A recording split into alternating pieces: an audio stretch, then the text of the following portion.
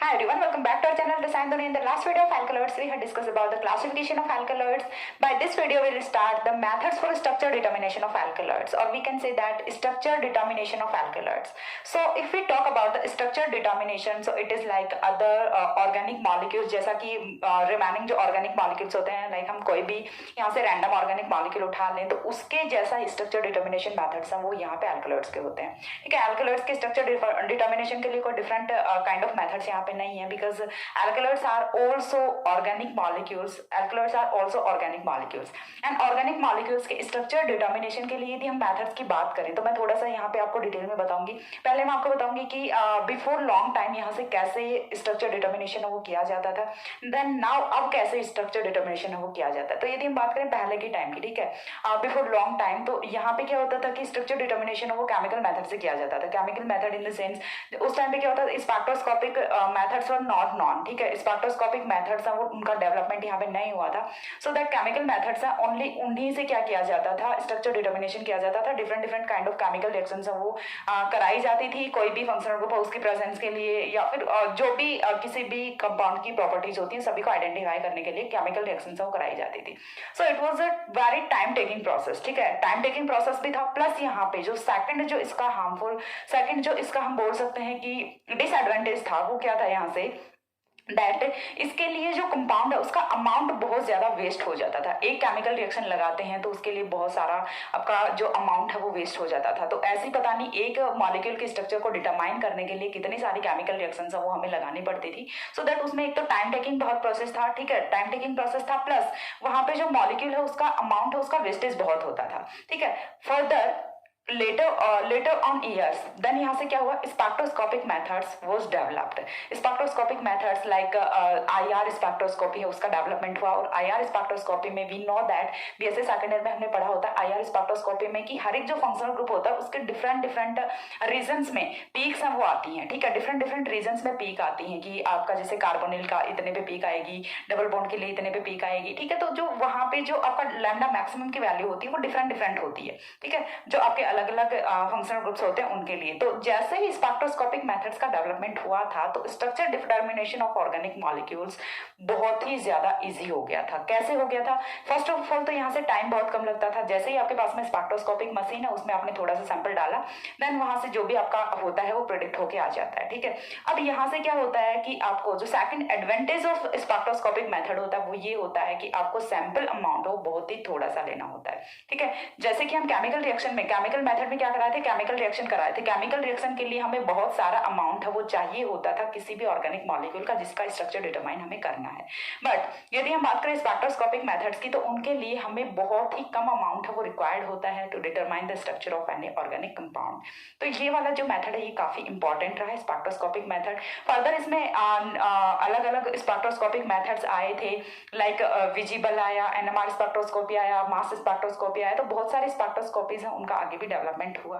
But यदि हम बात करें द केस ऑफ एल्कलॉइड्स, तो केस ऑफ एल्कलॉइड्स में हम जो स्ट्रक्चर डिटर्मिनेशन मेथड यहाँ पे यूज करने वाले हैं वो हम कौन सा करेंगे, केमिकल मेथड ही यूज करेंगे.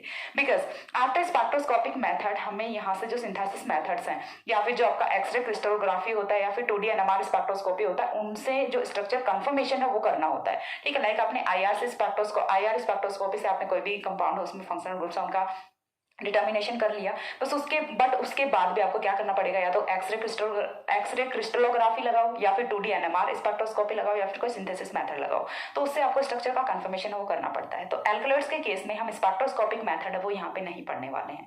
हमें मेथड है वो कौन सा पढ़ना है यहाँ से, केमिकल मेथड. ठीक है, we will study here about the chemical methods of the structure determination of alkaloids. ठीक है, तो यहाँ पे हमें जो केमिकल मेथड होता है उसके बारे में पढ़ना है, not about the spectroscopic method. अब केमिकल मेथड की यदि हम बात करें तो क्या करना होता है, कोई भी आपने जो सैंपल कंपाउंड लिया है उसकी रिएक्शन है वो आपको different different kind of molecules के साथ में, काइंड ऑफ रिएजेंट्स के साथ में रिएक्शन वो करानी होती हैं. So it is a time taking process but we have to use this to determine the structure of alkaloids. ठीक है, देन यहाँ से इस वाले सीरीज में कुछ पॉइंट्स हैं वो आएंगे, तो मैं पहले आपको बता दूं कि कौन कौन से पॉइंट्स हैं वो आने वाले हैं. देन जो स्ट्रक्चर डिटर्मिनेशन मेथड्स हैं वो 2 या फिर 3 वीडियोस में कंप्लीट होगा. इस वीडियो में पूरा का पूरा टॉपिक है वो कंप्लीट नहीं हो सकता. इसमें आपको करना कैसे है, सबसे पहले यहाँ पे आपको करना होता है molecular formula determination of molecular formula. यानी कि आपका जो कंपाउंड है मॉलिक्यूल है, देखिए स्ट्रक्चर से पहले हमें क्या चाहिए, क्या पता होना चाहिए, मॉलिक्यूलर फॉर्मूला पता होना चाहिए दैट एटम्स है वो कितने प्रेजेंट है, कार्बन प्रेजेंट है, हाइड्रोजन प्रेजेंट है, ऑक्सीजन प्रेजेंट है या फिर नाइट्रोजन प्रेजेंट है, कौन कौन से एटम्स है वो हमें जो गिवन एल्कलॉइड है उसके स्ट्रक्चर में प्रेजेंट है। पहले हमें वहां से मॉलिक्यूलर फॉर्मूला है उसका नॉलेज होना चाहिए। आफ्टर दैट ही हम क्या कर सकते हैं, वहां से जो स्ट्रक्चर डिटर्मिनेशन है वो कर सकते हैं। यदि हमें मॉलिक्यूलर फॉर्मूला का ही नहीं पता देन हम स्ट्रक्चर डिटर्मिनेशन कैसे करेंगे, ठीक है। तो पहले क्या पता होना चाहिए, मॉलिक्यूलर फॉर्मूला पता होना चाहिए। तो फर्स्ट ऑफ ऑल हमें क्या करना होता है, डिटर्मिनेशन ऑफ मॉलिक्यूलर फॉर्मूला करना होता है। इसके बाद हमें सेकंड है वो करना होता है determination of double bond equivalence. उसके बाद हमें यहाँ से डबल बॉन्ड्स है उनका यहाँ से कैलकुलेशन करना होता है, ठीक है, डबल बॉन्ड्स का कैलकुलेशन करना होता है।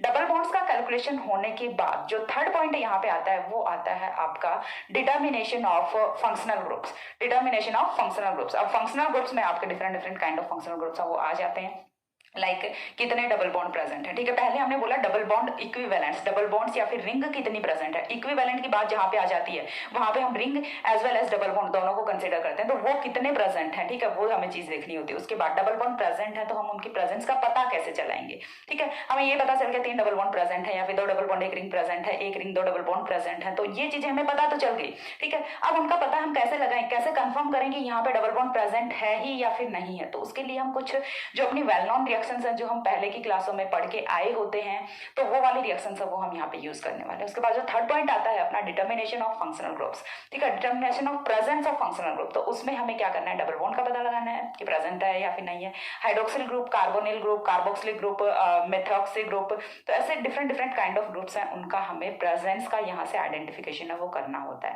तो चीज समझ आ गई, 3 स्टेप्स में आपको करना है, ठीक है। मैं पहले आपको थोड़ा सा यहाँ पे बता देती हूँ, 3 स्टेप्स वो आपको फॉलो करनी होती है टू आइडेंटिफाई और to determine the structure of alkaloids. यहाँ पे लिख के मैं आपको बताती हूँ कि कौन सी आपको 3 स्टेप्स हैं वो फॉलो करनी है। फर्स्ट है वो आपको क्या करना होता है, चलो यहीं पे बता देती हूँ, ठीक है। फर्स्ट है वो आपको यहाँ से क्या करना होता है, determination of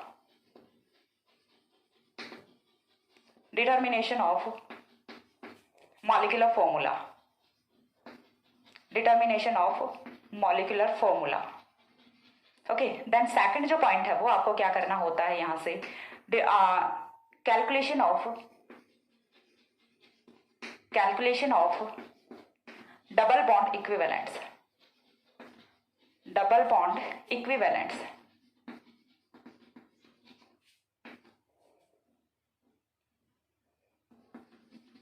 double bond equivalents, और इसे हम क्या बोलते हैं शॉर्ट में DBEs, ठीक है, इसे हम क्या बोल रहे होते हैं, DBEs बोल रहे होते हैं। थर्ड है वो हमें क्या करना है, यहाँ से आइडेंटिफिकेशन ऑफ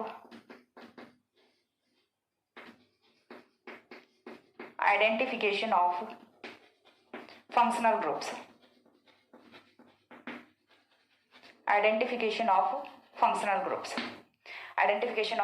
ग्रुप्स। अब इसमें different kind of functional groups हैं जिनका हम डिटेल में स्टडी है वो करने वाले हैं। तो फर्स्ट ऑफ ऑल जो स्ट्रक्चर डिटर्मिनेशन है उसमें आपको ये 3 पॉइंट्स हैं ये करने हैं, ठीक है। ये वाले जो 2 पॉइंट्स हैं ये हम कंप्लीट कर लेंगे इस वाले वीडियो में। और आइडेंटिफिकेशन ऑफ फंक्शनल ग्रुप में हम 2 फंक्शनल ग्रुप्स का है वो यहाँ पे आइडेंटिफिकेशन करेंगे, double bond as well as hydroxyl group, ठीक है। तो यहाँ पे स्टार्ट करते हैं। तो सबसे पहले जो पॉइंट हमें कंसिडर करना है वो क्या करना है, that structure determination for alkaloids is in the principle similar to the other organic compounds, ठीक है। और देन यहाँ से हमें here we will discuss about the chemical method for the structure determination of alkaloids. हमें 1-2 लाइन है ये लिख लेनी है, उसके बाद हम स्टार्ट करते हैं डिटर्मिनेशन ऑफ मॉलिक्यूलर फॉर्मूला, ठीक है। तो यहाँ पे मैं 1 लाइन है वो मेंशन कर रही हूँ, चौक है वो मैं चेंज करती हूँ, ठीक है। देन यहाँ से होता है methods for,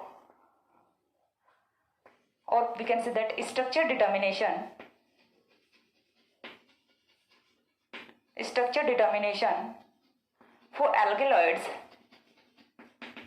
for alkaloids is in principle similar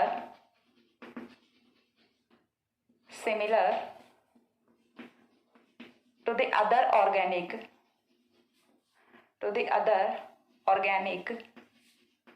compounds,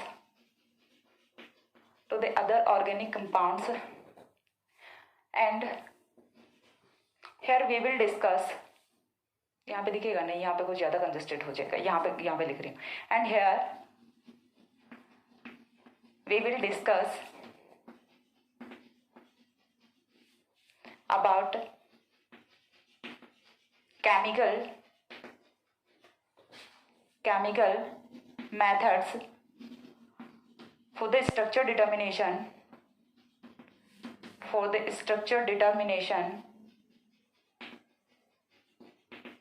of alkaloids. ठीक है, तो इतनी चीज यहाँ से क्लियर है. हमें यहाँ से स्ट्रक्चर डिटर्मिनेशन के लिए स्पेक्ट्रोस्कोपिक मेथड है वो यूज नहीं करना है, हमें यूज कौन सा करना है, केमिकल मेथड है वो यूज करना है. नाउ हम यहाँ से एक एक पॉइंट करके सभी का स्टडी है वो करने वाले हैं इन डिटेल. तो फर्स्ट मेथड है वो आपका यहाँ से कौन सा आएगा, डिटर्मिनेशन ऑफ मॉलिक्यूलर फॉर्मूला. ठीक है, तो first point is determination of molecular formula. Determination of molecular formula. Okay, तो मॉलिक्यूलर फॉर्मूला है वो हमें हर एक स्टेप में डिटरमाइन करना होता है जब हम रिएक्शन प्रोसीड करा रहे होते हैं. ठीक है, because molecular formula give us information about the changes that happens during the reaction taken place. ठीक है, जो भी रिएक्शन के टाइम में जो चेंजेस हो रहे होते हैं उनके बारे में हमें मॉलिक्यूलर फॉर्मूला है वो नॉलेज प्रोवाइड कराता है. ठीक है, तो यहाँ से फर्स्ट पॉइंट है वो क्या आएगा, the molecular formula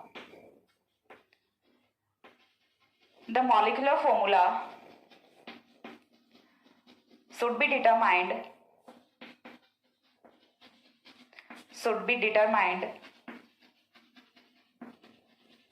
in each and every step of the chemical reaction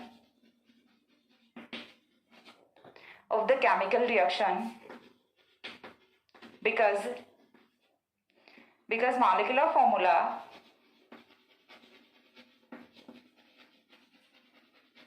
gives information about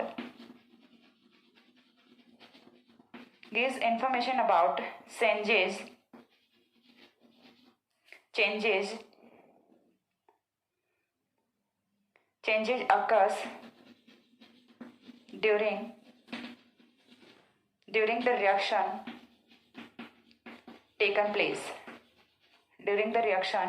taken place. Okay, तो यहाँ पे हमें मॉलिक्यूलर फॉर्मूला का डिटर्मिनेशन है वो हर एक स्टेप में करना होता है, क्योंकि जो कि केमिकल फॉर्मूला है या फिर मॉलिक्यूलर फॉर्मूला है वो हमें इंफॉर्मेशन प्रोवाइड कराता है अबाउट जो रिएक्शन चेंजेस हो रहे हैं ड्यूरिंग द रिएक्शन उनके बारे में. ठीक है, तो ये था अपना determination of molecular formula. Determination of molecular formula में आपका इतना ही पॉइंट है. ठीक है, कि मॉलिक्यूलर फॉर्मूला का डिटर्मिनेशन है वो यहाँ से काफी इंपॉर्टेंट होता है, ये सबसे फर्स्ट स्टेप होता है. देन सेकंड पे हम मूव करें calculation of double bond equivalence. तो ये काफी इंपॉर्टेंट है यहाँ से. ठीक है, इस पे 1 या 2 नंबर का वैसे भी क्वेश्चन है वो पूछ लिया जाता है, तो ये काफी इंपॉर्टेंट है. कैलकुलेशन ऑफ सेकंड है वो यहाँ से आता है कैलकुलेशन ऑफ DBEs.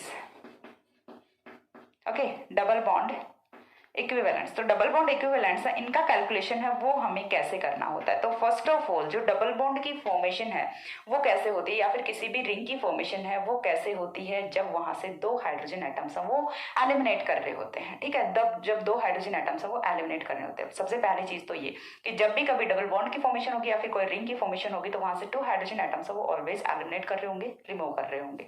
ठीक है, देन यहाँ से हमें डबल बॉन्ड है उनका जो डबल बॉन्ड या फिर इक्विवेलेंट यानी कि डबल बॉन्ड्स और रिंग्स हैं उनका जो नंबर है उन्हें कैसे कैलकुलेट करना है वो चीज हमें यहाँ पे देखनी होती है. तो देखिए यहाँ पे जो सबसे फर्स्ट पॉइंट है वो क्या होता है, the calculation of DBE is based on the fact that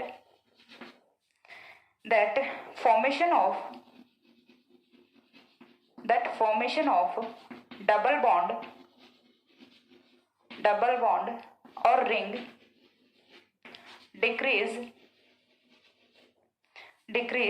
the molecular formula by 2 hydrogen atoms.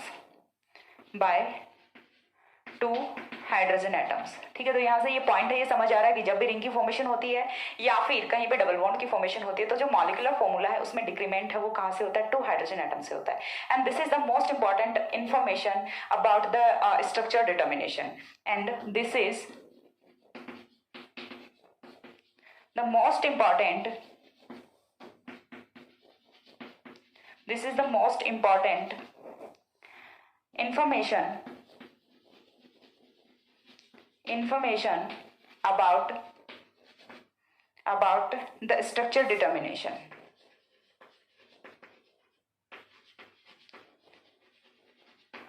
About the structure determination. इसके बाद हमें यहाँ से एग्जाम्पल है वो देखना है। उससे पहले यहाँ पे हम जो एक नीचे स्पेस नहीं बचा है, नीचे लिखूंगी तो ज़्यादा दिखेगा नहीं।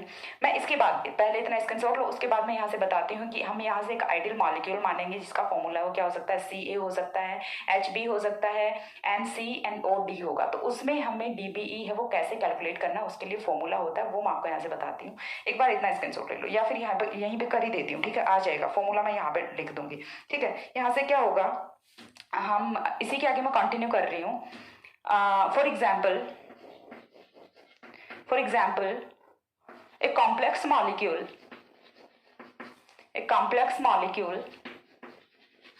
having molecular formula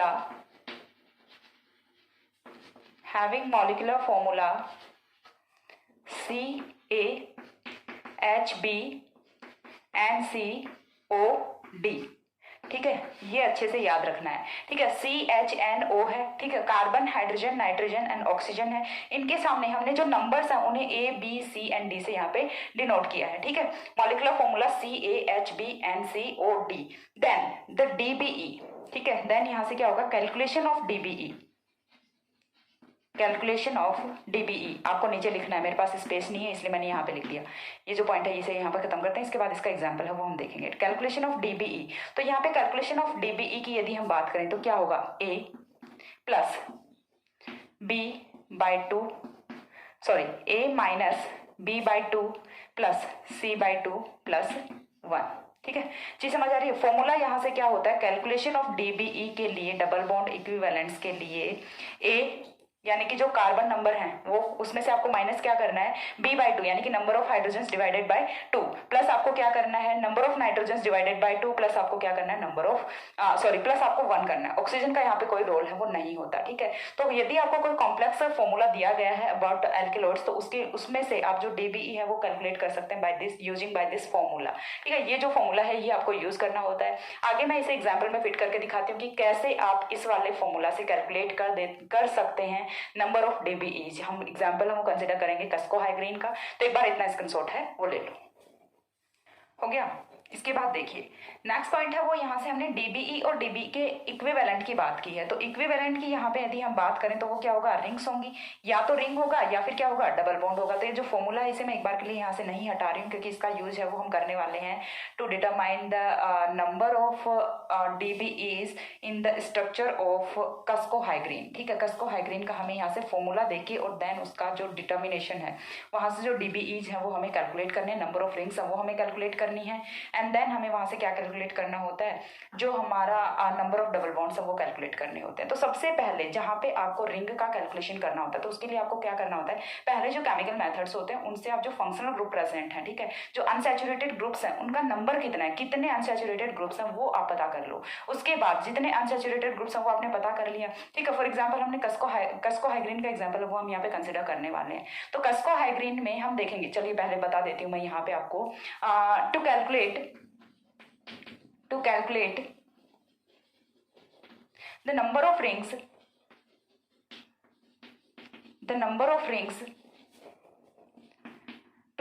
number of rings first of all using chemical methods we have to determine the number of unsaturated unsaturated groups present in the structure, present in the structure. तो सबसे पहले हमें क्या करना है, यहाँ से जितने भी अनसैचुरेटेड ग्रुप्स प्रेजेंट हैं उनका पता लगा लेना है। फॉर एग्जाम्पल कस्कोहाइग्रीन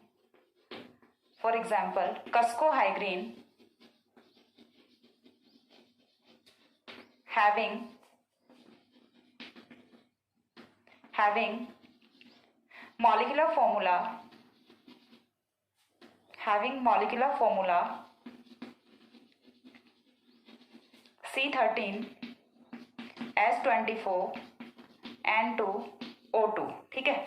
और ये जो फॉर्मूला है ये हमें फिट कैसे करना है, CaHbNcNO,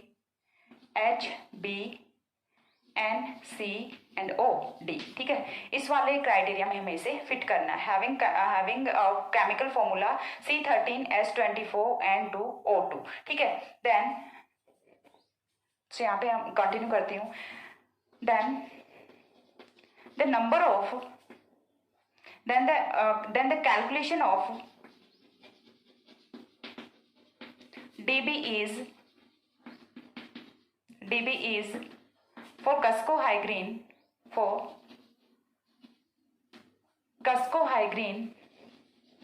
is 3।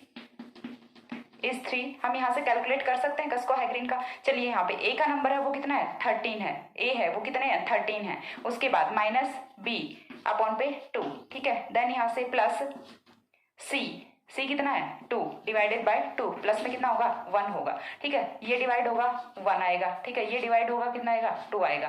13 माइनस 2 प्लस 1 तो इजिकल्स टू कितना आएगा, 3 आएगा, ठीक है।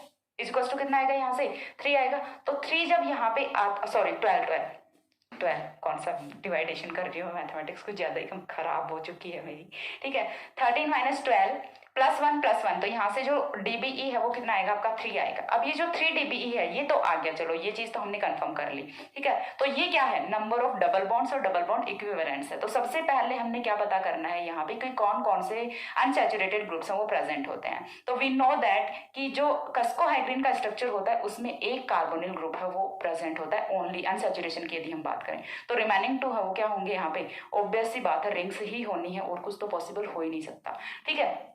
देन यहाँ से क्या होगा, cuscohygrine is 3 and by chemical reactions it has been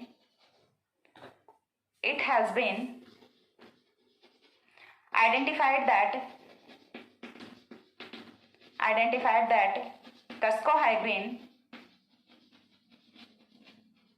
cuscohygrine have one carbonyl group as unsaturated group, so the remaining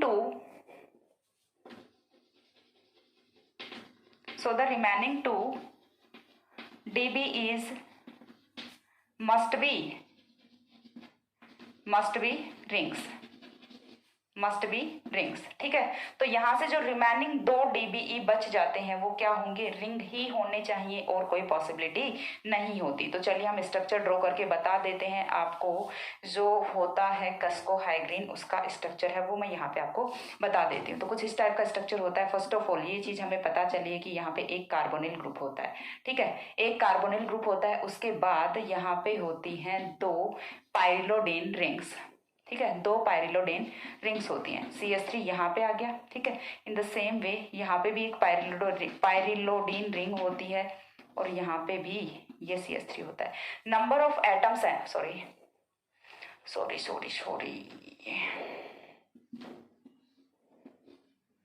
एक कार्बन एटम कम कर दिया था मैंने, एडिट करती तब पता चलता, फिर कुछ कर नहीं सकती मैं, फिर कमेंट्स में आता मैम यहाँ से कार्बन कहाँ पे गया, ठीक है। तो देखिए यहाँ पे क्या होता है, ये वाले जो स्ट्रक्चर है ये किसकी होती है, कस्कोहाइड्रिन की होती है। नंबर ऑफ ऑक्सीजन है वो आप यहाँ से कैलकुलेट कर सकते हैं, और नंबर ऑफ नाइट्रोजन सब वो आप यहाँ से कैलकुलेट कर सकते हैं। सॉरी, यहाँ पे NO आएगा, ठीक है, यहाँ पे NO आएगा। यहाँ से नंबर ऑफ ऑक्सीजन आप कैलकुलेट कर सकते हैं, नंबर ऑफ आप जो रिंग्स है वो आप कैलकुलेट कर सकते हैं, और नंबर ऑफ अनसैचुरेटेड ग्रुप है वो आप कैलकुलेट कर सकते हैं। एक अनसैचुरेटेड ग्रुप होता है, ठीक है, कार्बन हाइड्रोजन है, सारी चीजें आप कैलकुलेट कर सकते हैं, फॉर्मूला में फिट बैठा सकते हैं। देन यहाँ से ये है कस्कोहाइड्रिन का फॉर्मूला। तो यहाँ पे जो हमारा मेन मोटिव था बताने का वो क्या था, दैट DBE है वो नॉट ऑलवेज डबल बॉन्ड, वो क्या हो सकता है, रिंग भी हो सकती है, ठीक है। DBE है वो डबल बॉन्ड भी हो सकता है और रिंग भी हो सकती है। फिर वो डिपेंडिंग ऑन किस पे होगा, हम पहले केमिकल मेथड्स को यूज करके देन यहाँ से डिटरमाइन करेंगे कि कौन कौन से अनसैचुरेटेड ग्रुप्स प्रेजेंट हैं। जितने अनसैचुरेटेड ग्रुप्स हैं उन्हें तो हम रख देते हैं, उसके बाद जितने बचते हैं वो क्या होंगे, यहाँ से रिंग्स ही होने वाली होती हैं। तो ये था about structure determination of calculation of DBEs। इसके बाद हम मूव करते हैं थर्ड पॉइंट पे। थर्ड पॉइंट है वो हमारा यहाँ से आता है, थर्ड पॉइंट अब आता है identification of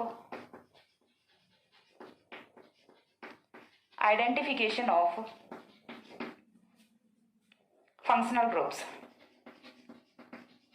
identification of functional groups, ठीक है। तो फंक्शनल ग्रुप्स के आइडेंटिफिकेशन के लिए we have to use some general transformation, some general organic transformation reactions, ठीक है। तो यहाँ पे हम ये पॉइंट भी मेंशन कर लेते हैं, टू आइडेंटिफाई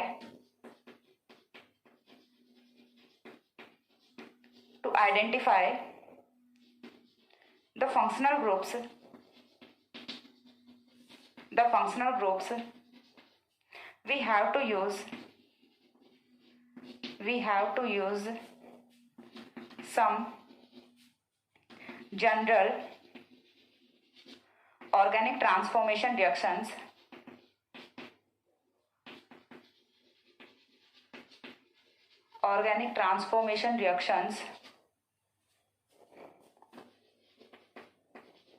एंड इस वे में जो सबसे फर्स्ट है वो हमारा क्या आता है, फर्स्ट है वो आता है डिटर्मिनेशन ऑफ या फिर identification of carbon carbon multiple bond. तो यहाँ से फर्स्ट है वो क्या आएगा, CC multiple bond. CC multiple bond की यदि हम बात करें तो वो डबल बॉन्ड भी हो सकता है, वो ट्रिपल बॉन्ड भी हो सकता है। तो जब हमें मल्टीपल बॉन्ड का यहाँ से आइडेंटिफिकेशन करना होता है तो the best way is using addition reaction. Addition reaction का यूज करके हम यहाँ से पता लगा सकते हैं कि कितने मल्टीपल बॉन्ड या फिर कितने यहाँ पे डबल बॉन्ड्स हैं या फिर ट्रिपल बॉन्ड्स हैं वो प्रेजेंट होते हैं। तो addition reaction is the best way to find out the number of carbon carbon multiple bonds. तो यहाँ से ये होता है फर्स्ट रिएक्शन। तो मैं इसका जो स्टेटमेंट है वो लिख देती हूँ, उसके बाद रिएक्शन है वो मैं फर्दर एक्सप्लेन करूंगी, ठीक है। देन यहाँ से क्या होता है, to find out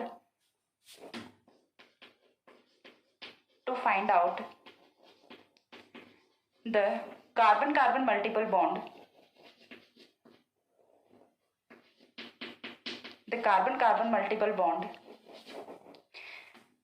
we have to use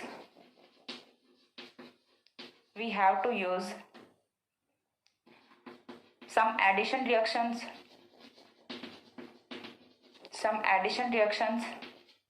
or oxidation reactions like reaction with HX, ठीक है। हैलोजन एसिड्स के साथ में हम रिएक्शन करा सकते हैं, रिएक्शन विद HX, और रिएक्शन विद HX KMNO4 किस में कन्वर्ट करेगा, डबल बॉन्ड को डायोल में कन्वर्ट करेगा, ठीक है। इसके बाद और हम क्या यूज कर सकते हैं, ब्रोमिनेशन रिएक्शन है वो हम करा सकते हैं यहाँ से, ठीक है, ब्रोमिनेशन रिएक्शन करा सकते हैं। तो इस टाइप से एक्सेट्रा डिफरेंट हम रिएक्शंस करा के एंड फाइंड आउट कर सकते हैं यहाँ से presence of CC multiple bond. Hand writing बहुत ही गंदी आ चुकी है एंड एक बार आप इतना स्क्रीनशॉट ले लो, देन मैं जो रिएक्शंस हैं वो आपको यहाँ से बताती हूँ। हमने लिखा आइडेंटिफिकेशन ऑफ फंक्शनल ग्रुप्स में हमने यहाँ पे मेंशन किया that we have to use some general organic transformation. तो ये जनरल ऑर्गेनिक ट्रांसफॉर्मेशन रिएक्शंस ही होती हैं। ऑक्सीडेशन हो गया KMNO4 यूजिंग KMNO4, जो ब्रोमिनेशन हो गया या फिर HX का यूज हो गया, तो सारी की सारी आपकी जनरल रिएक्शंस होती है। तो एक बार नेक्स्ट कंसोल लीजिए, देन मैं रिएक्शंस उन्हें एक्सप्लेन करती हूँ। हो गया। इसके बाद देखिए नेक्स्ट है वो हमें यहाँ से देखना है रिएक्शन प्लस एग्जाम्पल है वो हमें यहाँ से कंसिडर करना है कि कौन सी रिएक्शंस होती हैं, कौन से एग्जाम्पल्स हैं वो, ठीक है। माइक है, स्पीकर है, वो भी मेरा डिस्चार्ज हो चुका है, सो दैट एक दिन तो इसने चार्ज पे लगना ही बंद कर दिया था, लेकिन फिर ये काम कर गया। ऐसा ही होता है। ऐसा ही होता है। ओके, सो नेक्स्ट है वो हमें यहाँ पे देखने रिएक्शंस। तो हमें क्या देखना है? Double bond. डबल बॉन्ड है वो आपका कुछ इस टाइप का होता है। पहले देखा है डबल बॉन्ड? देखा ही होगा, नहीं देखा है तो आप देख लीजिए। ठीक है, ये होता है आपका डबल बॉन्ड। डबल बॉन्ड की रिएक्शन है वो आपको किसके साथ में करानी है? डिफरेंट डिफरेंट रिएजेंट्स के साथ में। फर्स्ट रिएक्शन है वो हम करा देते हैं ब्रोमीन के साथ में। ठीक है, सेकंड रिएक्शन है वो हम किसके साथ में करा दें? KMnO4 के साथ में करा दें। और KMnO4 हमें कौन सा यूज करना होता है? अल्केलाइन यूज करना होता है। अल्केलाइन यूज करना होता है, अल्केलाइन KMnO4 हो गया। ये वाली ऑक्सीडेशन रिएक्शन करा रखी है ऑलरेडी। ठीक है, उसके बाद हम क्या यूज कर सकते हैं? यहाँ से HX यूज कर सकते हैं। एंड देन हम यहाँ से जो लास्ट है वो क्या यूज कर सकते हैं? H2 विद कैटलिस्ट यूज कर सकते हैं। All four reaction conditions gives addition reaction on double bond. ठीक है, तो फर्स्ट में यहाँ से प्रोडक्ट है वो क्या बनेगा? देखिए C single bond C, single bond में कन्वर्ट होगा ये Br और Br। And we know that कि ब्रोमीन है वो यहाँ से क्या देता है? एंटी एडिशन देता है। मैं यहाँ पे स्टीरियोकेमिस्ट्री भी साथ में बता रही हूँ आपको। ठीक है, यहाँ से ऑलवेज कौन सा होता है? एंटी एडिशन होता है। Bromination reaction is an anti addition. KMnO4 वाले केस में क्या होता है? सिन एडिशन होता है। एंड सिन एडिशन का जो प्रोडक्ट है वो यहाँ से क्या होता है? डायोल। ठीक है, क्या बनते हैं? डायोल्स बनते हैं। कौन सा एडिशन होता है? सिन एडिशन होता है। Then again in the case of HX के केस में अगेन यहाँ से क्या होता है? आपका एंटी एडिशन हो रहा होता है। ठीक है, HX के केस में क्या होता है? Anti addition. ये वाला अलग मॉलिक्यूल है, ये वाला अलग मॉलिक्यूल है, दोनों को अलग कर देती हूं मैं। यहाँ पे अगेन क्या हो रहा है? Anti addition. ठीक है, और ये वाली तो अपने सिन एडिशन की रिएक्शन होती है। तो ये क्या होगा? CH single bond CH। Addition reaction में ऑलवेज जो आपका sp2 हाइब्रिडाइज्ड कार्बन है वो कन्वर्ट किस में होता है? sp3 हाइब्रिडाइज्ड कार्बन में कन्वर्ट हो रहा होता है। ठीक है, बॉन्ड लेंथ वगैरह वो इंक्रीज कर रही होती हैं। सो ये वाली सारी चीजें हैं, ये बहुत बेसिक चीजें हैं जो आप BSc फर्स्ट ईयर में, MSc प्रीवियस ईयर में पढ़ के आए होते हैं about the addition reaction, about the nature of addition reaction and changes will occur in the addition reaction. ये सारी चीजें आपने पढ़ी होती हैं। तो ये हमने कैटलिस्ट यूज किए। अब हमें कैसा पता चलेगा? तो हम एक यहाँ से एग्जाम्पल है वो कंसिडर कर लेते हैं। एग्जाम्पल हमने लिया है कुनैन का। ठीक है, सो हाँ, एग्जाम्पल हमने लिया है कुनैन का। तो कुनैन है वो क्या करता है? ब्रोमीन के साथ में या फिर जब हम हाइड्रोजन के साथ में कैटलिस्ट की प्रेजेंस में रिएक्शन कराते हैं तो उस पर 1 मॉलिक्यूल ऑफ H2 या फिर 1 मॉलिक्यूल ऑफ Br2 है वो ऐड करता है। दैट मीन्स वहां पे 1 डबल बॉन्ड है वो प्रेजेंट है। ठीक है, तो यहां से क्या होगा? Quinine gives addition of 1 molecule of bromine or hydrogen in the presence of catalyst that conforms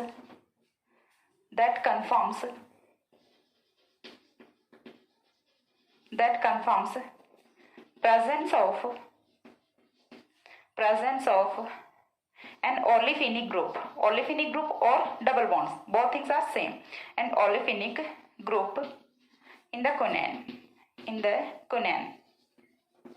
ठीक है, कुनैन में एक डबल बॉन्ड की प्रेजेंस को हम किससे बता सकते हैं? इसके एडिशन रिएक्शन यदि हम कराएं H2 in the presence of catalyst और Br2 के साथ में, तो यहाँ से एक मॉलिक्यूल है उसका एडिशन होता है। एक मॉलिक्यूल का एडिशन होता है, दैट मीन्स यहाँ पे एक डबल बॉन्ड है वो प्रेजेंट होता है। इतनी चीज क्लियर है। इसके बाद हमें ये था अपना डबल बॉन्ड्स के बारे में। ठीक है, या फिर हम बोल सकते हैं about the carbon carbon multiple bond. Next जो हमारा सेकंड आता है वो आता है अबाउट हाइड्रोक्सिल ग्रुप। ठीक है, सेकंड जो यहाँ से आता है आपका ग्रुप वो कौन सा आता है? Determination of hydroxyl group. ठीक है, हम लिख देते हैं पूरा, determination of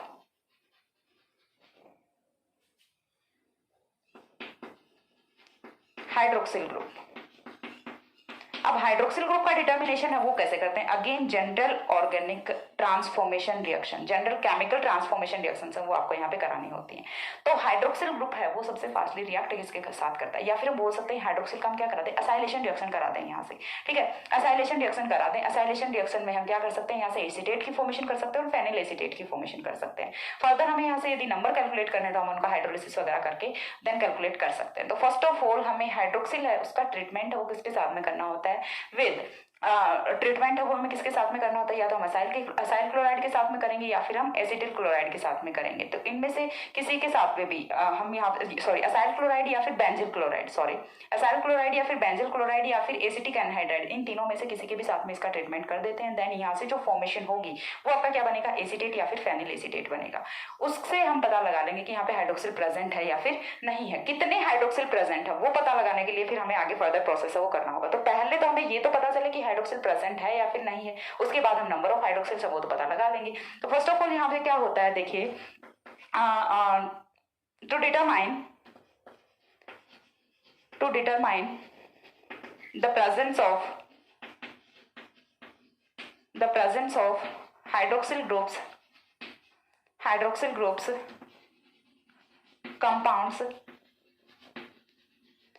compounds are treated with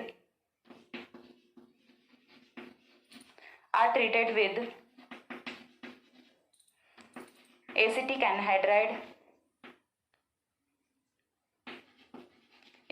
anhydride, इसे हम क्या लिखते हैं, Ac2O लिखते हैं, ठीक है। और एसिटिक एनहाइड्राइड, और क्या ले सकते हैं हम यहाँ से, एसिटिक एनहाइड्राइड के बाद में हम यहाँ से जो सेकंड है वो ले सकते हैं असाइल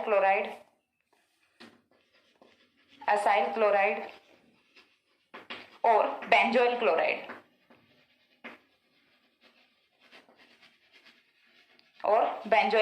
ठीक है। तो इनमें से हम कोई भी चीज है वो यूज कर सकते हैं benzoyl chloride to give acetate and phenyl acetate,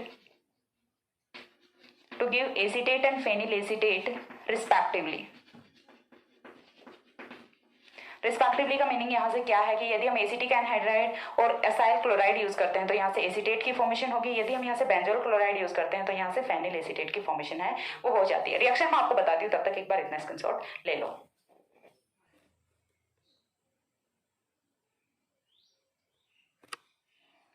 हो गया। इसके बाद देखिए नेक्स्ट है वो हमें इसी के आगे कंटिन्यू करना है, दैट रिएक्शंस है वो हमें देखने की किस टाइप से हम एसिटेट एंड फेनिल एसिटेट की फॉर्मेशन है वो करते हैं, ठीक है। तो फर्स्ट ऑफ ऑल हमने लिखा क्या है, that we have to treat the hydroxyl group, we have to treat the compound with acyl chloride, acetic anhydride और बेंजोइल क्लोराइड, ठीक है। तो सबसे पहले तो हमें यही करना है। तो कंपाउंड हमें क्या लेना है, यहाँ से ROH लेना है। ROH की रिएक्शंस हैं वो हमें करानी है डिफरेंट रिएजेंट्स के साथ में। तो ROH की फर्स्ट ऑफ ऑल रिएक्शन है वो हम किसके साथ में करा देते हैं, यहाँ से AC2O, ठीक है। AC2O क्या होता है, एसिटिक एनहाइड्राइड होता है, या फिर हम किसके साथ में करा दें, CH3COCl के साथ में, ठीक है। ये आपका क्या होता है, असाइल क्लोराइड होता है। तो जब रिएक्शन कराएंगे तो एसिटाइलेशन रिएक्शन होती है, और रिएक्शन का मैकेनिज्म आई होप सो कि बताने की कोई नीड नहीं है, ये मैकेनिज्म आपको बहुत ही अच्छे से आ रही होती है, ठीक है। रिएक्शन है वो होती है in the presence of base, and base की प्रेजेंस में रिएक्शन क्यों हो रही होती है, और हम यहाँ पे बेस है वो कौन सा यूज कर रहे होते हैं, pyridine बेस है वो मोस्ट ऑफ रिएक्शंस में हम यूज कर रहे होते हैं। एंड ऐसा क्यों होता है, तो ये चीजें पता लगाने के लिए आपको BSc सेकंड ईयर की जो अल्कोहल की केमिकल रिएक्शंस है वो पढ़ के आनी चाहिए, क्योंकि सारी चीजें मैं बार बार एक्सप्लेन नहीं करूंगी, आपको खुद से भी थोड़ी मेहनत है वो करनी चाहिए। देन हम अगेन अल्कोहल की रिएक्शन है वो किसके साथ में करा देते हैं, इस बार हम रिएक्शन करा देते हैं विद बेंजोइल क्लोराइड, ठीक है, PHC+OCl, ठीक है, PHC+OCl के साथ में। तो यहाँ से किसकी फॉर्मेशन होती है, ROC+OPH, दोनों में डिफरेंस है वो किसका है, ओनली इस वाले CH3 और PH का। तो ये वाला आपका फेनिल एसिटेट होता है और ये कौन सा होता है, एसिटेट होता है, एल्किल एसिटेट होता है, और ये कौन सा होता है, फेनिल एसिटेट होता है। दोनों की फॉर्मेशन हो गई। अब यहाँ पे डिफिकल्टी ये आती है कि हमें ये चीज तो पता है कि अल्कलॉइड्स में ऑक्सीजन के साथ में यानी कि हाइड्रोक्सिल के साथ में नाइट्रोजन वो भी प्रेजेंट हो सकता है। इन the case if nitrogen is primary and secondary, ठीक है, नाइट्रोजन है वो in the form of primary and secondary amine present है, तो वो भी इस टाइप के डेरिवेटिव्स की फॉर्मेशन है वो कर सकता है, ठीक है, वो भी इस टाइप के डेरिवेटिव्स की फॉर्मेशन है वो कर सकता है। उसे भी हम फिर यहाँ से हाइड्रोक्सिल एसिटेट डेरिवेटिव ही कंसीडर करेंगे, सो दैट वहां से फाइंड आउट करना डिफिकल्ट होता है कि कौन सा यहाँ से हाइड्रोक्सिल एंड कौन सा एमीन है, ठीक है। तो ये पॉइंट हमें यहाँ से मेंशन करना पड़ेगा, that primary and secondary 1 degree and 2 degree लिख देती हूँ, 1 degree and 2 degree amines also gives these derivatives on acylation reaction acylation reaction. और ये जो डेरिवेटिव है ये कैसे होते हैं, तो देखिए हमने लिया यहाँ से RNH2 की रिएक्शन है वो हम करा रहे हैं। फॉर एग्जांपल हमने लिया RCOCl लिया है, ठीक है, RCOCl लिया है, तो यहाँ पे फॉर्मेशन है वो किसकी होगी, RNH C double bond O R dash की फॉर्मेशन होगी, इसे हम R डैश कंसीडर कर लें। R डैश है वो यहाँ पे क्या हो सकता है, CH3 भी हो सकता है और PH भी हो सकता है, ठीक है। CH3 होगा तो ये एसीटेट हो जाएगा और यहाँ से यदि PH होगा तो क्या हो जाएगा, फेनिल एसीटेट हो जाएगा। तो इस टाइप के डेरिवेटिव की सिमिलर काइंड ऑफ, ये एसीटेट होता है ये एमाइड होता है, बट दोनों जो डेरिवेटिव्स हैं वो तो सेम ही है, ठीक है, दोनों डेरिवेटिव हैं वो तो सेम ही है ना, इतनी चीज तो समझ आती है। एसीटेट और जो एमाइड है दोनों सेम डेरिवेटिव होते हैं, ठीक है, कार्बोक्सिलिक एसिड के डेरिवेटिव्स होते हैं ये, तो सेम डेरिवेटिव्स हैं, इनकी फॉर्मेशन है वो हो जाती है। सो इन केस कि आपको ऐसा कुछ मिल जाए तो तब आप यहां से कैसे आइडेंटिफाई करेंगे, ठीक है। तो यहां से क्या होगा, to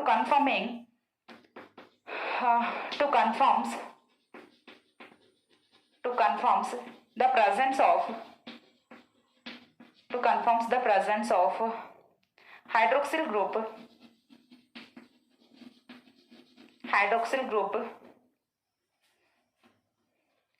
to confirms the presence of hydroxyl group, reactions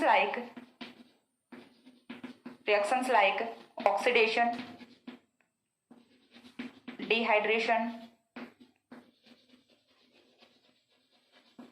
dehydration are also used।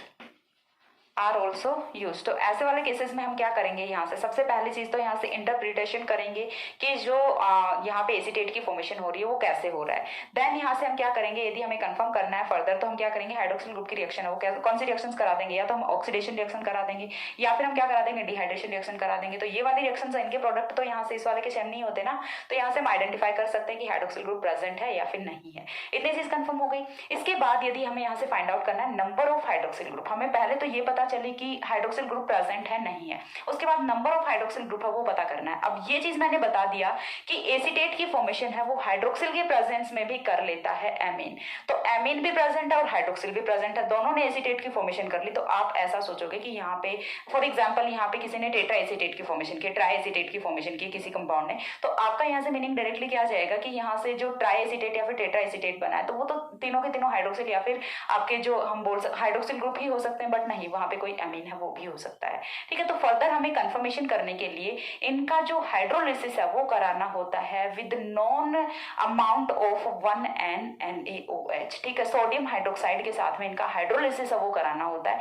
So that हम कंफर्म कर सकें, ठीक है। जब हम सोडियम हाइड्रोक्साइड के साथ में हाइड्रोलिसिस रिएक्शन कराते हैं तो एमीन्स हैं इनका हाइड्रोलिसिस नहीं होता, बट सॉरी जो एमाइड्स हैं इनका हाइड्रोलिसिस नहीं होता क्योंकि वो बहुत ही माइल्ड कंडीशन होती है, लेकिन ये जो एसीटेट है इसका हाइड्रोलिसिस हो जाता है। After hydrolysis it will give hydroxyl as well as क्या देगा, यहाँ से कार्बोक्सिलिक एसिड देगा, तो इसका हाइड्रोलिसिस हो जाएगा बट इसका हाइड्रोलिसिस नहीं होगा, ठीक है। तो हम यहाँ से नंबर ऑफ हाइड्रोक्सिल्स हैं वो कंफर्म कर सकते हैं, ठीक है। तो देन यहाँ से नेक्स्ट पॉइंट है वो क्या आएगा, to find out the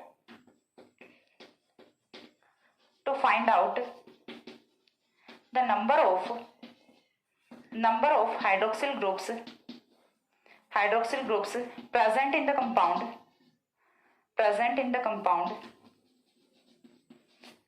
should be present in the compound should be treated with should be hydrolyzed with non amount of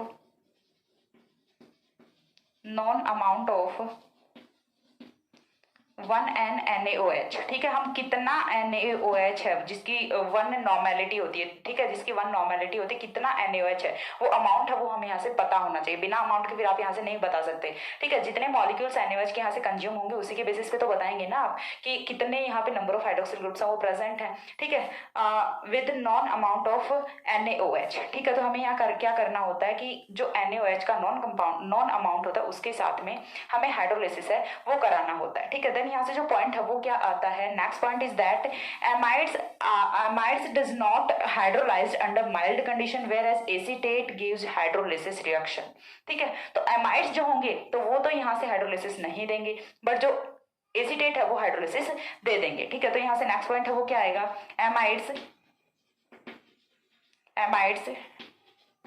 does not undergoes hydrolysis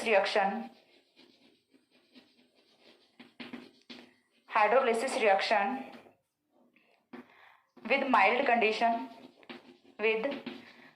condition, क्योंकि ये माइल्ड कंडीशन ही तो होती है, but acetate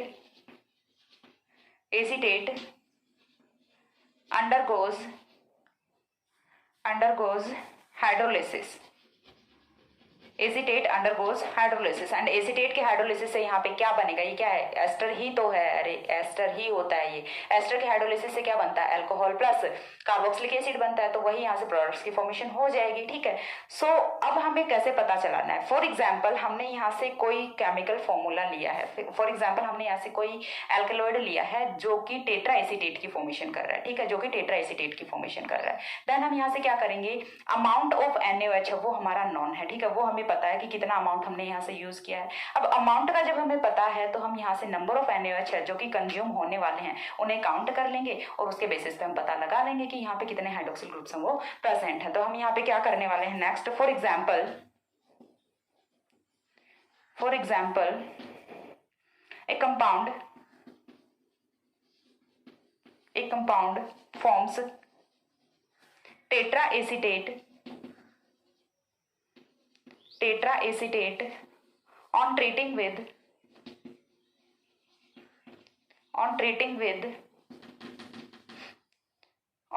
with AC2O, acetic anhydride. So the amount of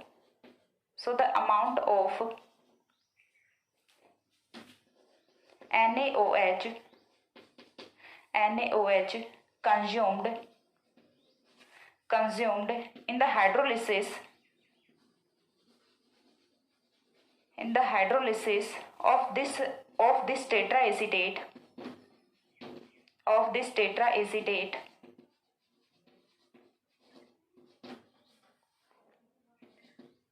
is 3 molecules, or we can say that 3 molecules of NaOH is consumed for the hydrolysis of this tetra acetate. So we can say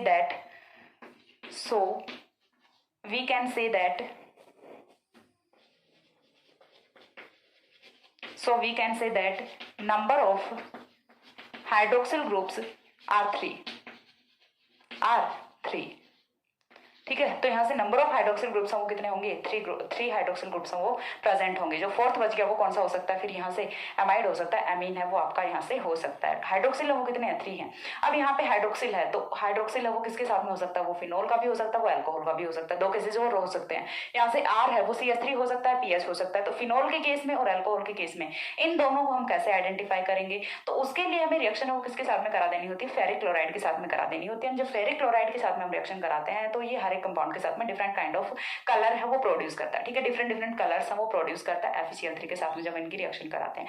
साथ ही phenol है वो आपका NaOH के साथ में precipitate की formation कर लेता है, सॉल्ट की फॉर्मेशन कर लेता है। ठीक है, जो कि आपका सोडियम फिनॉक्साइड सॉल्ट होता है। ठीक है, सोडियम फिनॉक्साइड सॉल्ट की फॉर्मेशन ये कर लेता है। तो ये वाली चीज है, ये भी हम देखने वाले हैं। एक बार इतना स्क्रीनशॉट ले लो।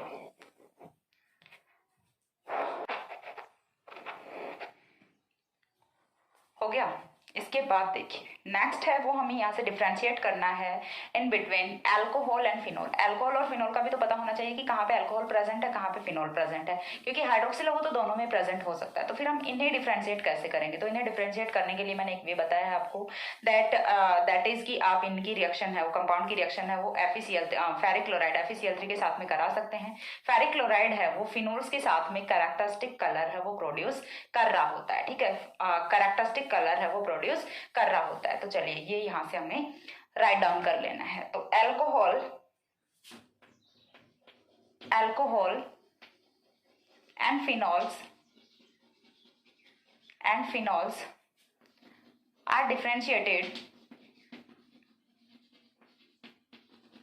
are differentiated on treatment with ferric chloride which gives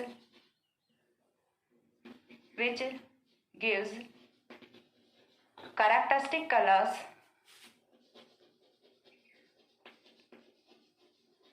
characteristic colours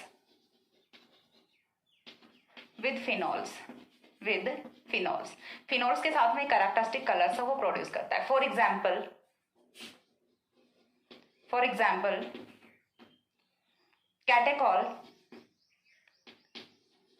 catechol on treating with ferric chloride, यार कितना लिखना पड़ रहा है आज। catechol on treating with ferric chloride produces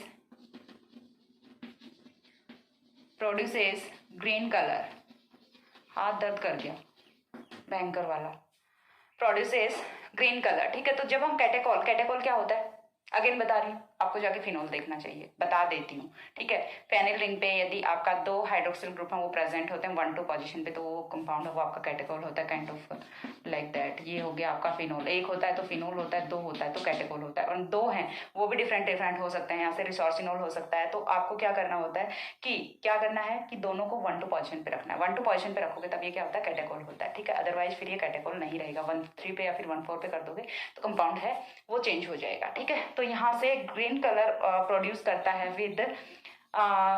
with catechol. ठीक है, देन यहाँ से नेक्स्ट है वो क्या होगा, next point is that phenol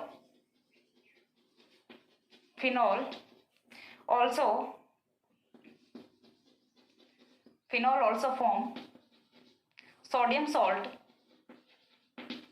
sodium salt with alkali which can be reprecipitated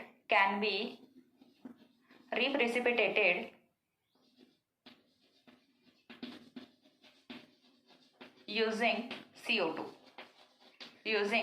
इसका रिप्रेसिपिटेशन है वो हम CO2 को यूज करके कर सकते हैं। ठीक है, तो यहाँ से सोडियम सॉल्ट की फॉर्मेशन वो किस टाइप से करेगा, ये हमारे पास में होता है फिनोल, एंड फिनोल की नेचर है वो एसिडिक होती है। ठीक है, फिनोल की नेचर एसिडिक क्यों होती है, क्योंकि इसके साथ में जो हाइड्रोक्सिल ग्रुप है वो किससे जुड़ा हुआ होता है, फिनोल का, वो जुड़ा हुआ होता है sp2 हाइब्रिडाइज्ड कार्बन से, and sp2 hybridised carbon having -I effect so that it will withdraw the electrons present on oxygen. So oxygen will withdraw the electrons from hydrogen and hydrogen can be remove easily. ठीक है, यहाँ से ये वाला जो hydrogen है ये easily remove कर सकता है, so that acid plus base की जब रिएक्शन होती है तो यहाँ से फॉर्मेशन वो किसकी होती है, सोडियम सॉल्ट की फॉर्मेशन होती है।